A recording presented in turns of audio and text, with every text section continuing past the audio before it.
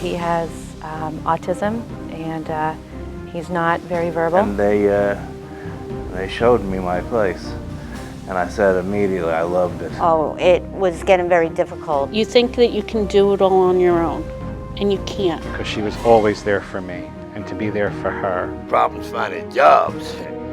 I went through some issues in my life. Do that. It's my job to be able to manage my disability. Independent living has been here for a long time, and we're always prepared to respond to the needs of people with disabilities. And if there's anything we can do for you and your family members, please don't hesitate to call us. The personal benefits of socialization can be profound. Like our Learning Enrichment After School program, we have students who are transported here each day after school, and we are able to provide an environment that supports them in helping them to do their homework or to do other types of social interaction development. And many of our students become far more social and more interactive than they were previously. My son and I began a relationship with independent living while we looked for an after-school program that would be able to help children and adolescents with disabilities. He's becoming a little bit more independent. He's doing things on his own. He's repeating things more. We know that the verbal is there. Just those little wins that you have. You know, people don't understand how important those things are. You know, milestones happen at a much longer period of time, you know, in children with disabilities. But it's exciting because we're seeing more of them, and there's so many other people in his life that care about him, school, his family, and independent living. When you think about the most pressing needs, we talk about housing, employment, and social connectedness. Having a place to live is probably number one on our list of needs that need to be met. Well, when I lived in family care, it was okay, but I was living with two other gentlemen in a bedroom, and that became quite stuffed. And I currently live in Crestwood Apartments, which was so graciously helped for me by independent living.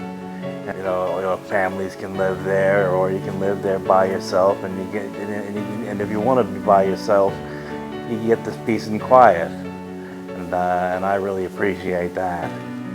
All individuals, regardless of the extent of their disability, have a right to live with supports in the community, and we have to make sure that that happens. And we have over 400 home care workers who work in the region that get up every day and go to the homes of elderly or disabled individuals and provide quality care to help make the difference between being able to live in the community or having to live in an institutional setting. My dad was in and out of hospitals and nursing homes, and he was having a tough time at home alone.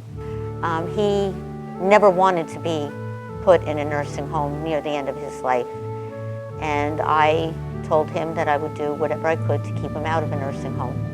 And that's when we got a hold of independent living, and the program just really worked wonders. We were able to find caregivers, and I'm going to say for the most part we had at least 2 a day, sometimes 3 a day. Oh, he loved it. I think my dad loved it because there were people coming in and out, and he felt special that these people I have people that care for me, and it really made him feel good. When my grandmother was released from the hospital, she came home, and thanks to independent living, she was able to die at home in her own bed. I was with her. That was a blessing. She went in to go to sleep, and as far as she knows, she's still sleeping. Every individual who comes to independent living is unique and different, and have different issues that they have to overcome, particularly when they're exploring the possibility of work. Before coming to independent living, I couldn't find a job. I really had no one that I can actually even just go talk to. I filled out some paperwork and whatnot, and the lady out at LSI called and said, congratulations, you know, you passed through the screening, the physical, and we welcome you aboard. Thanks to independent living, you know, They provided me with everything. Like I said, I can only speak good about the service because they only been good to me. I want to further my education and further my, look for a job or so. And someone directed me here and said that, they have different programs that'll help you with, especially the fact that I had got arrested, and would direct me to different places, to help to get a job. They were right there. Anytime I needed to talk, I'd call them, and they direct me different places, give me some good feedback. They have different programs that you could join, and that helps you with different things in the community, and I've been doing well ever since. All individuals, including people with disabilities, want to go to work, and we believe that. So we're prepared to assist people, regardless of the extent of their disability, to get back into the world of employment so that they can feel good about themselves and they can pay their bills and be productive. Whether that was a part of my visual disability or not, I'm not sure, but it wasn't happening. I wasn't getting employed. And then I had an application in here for probably 2 or 3 months, and then Independent Living got involved and reached out to the club owner, Mike Ortega, and he gave me a chance. I do the exact same job. The quality of work is exactly the same. I just go about it in a slightly different way. It is an unpleasant situation to be a husband and a father and not be able to contribute to the household in some way.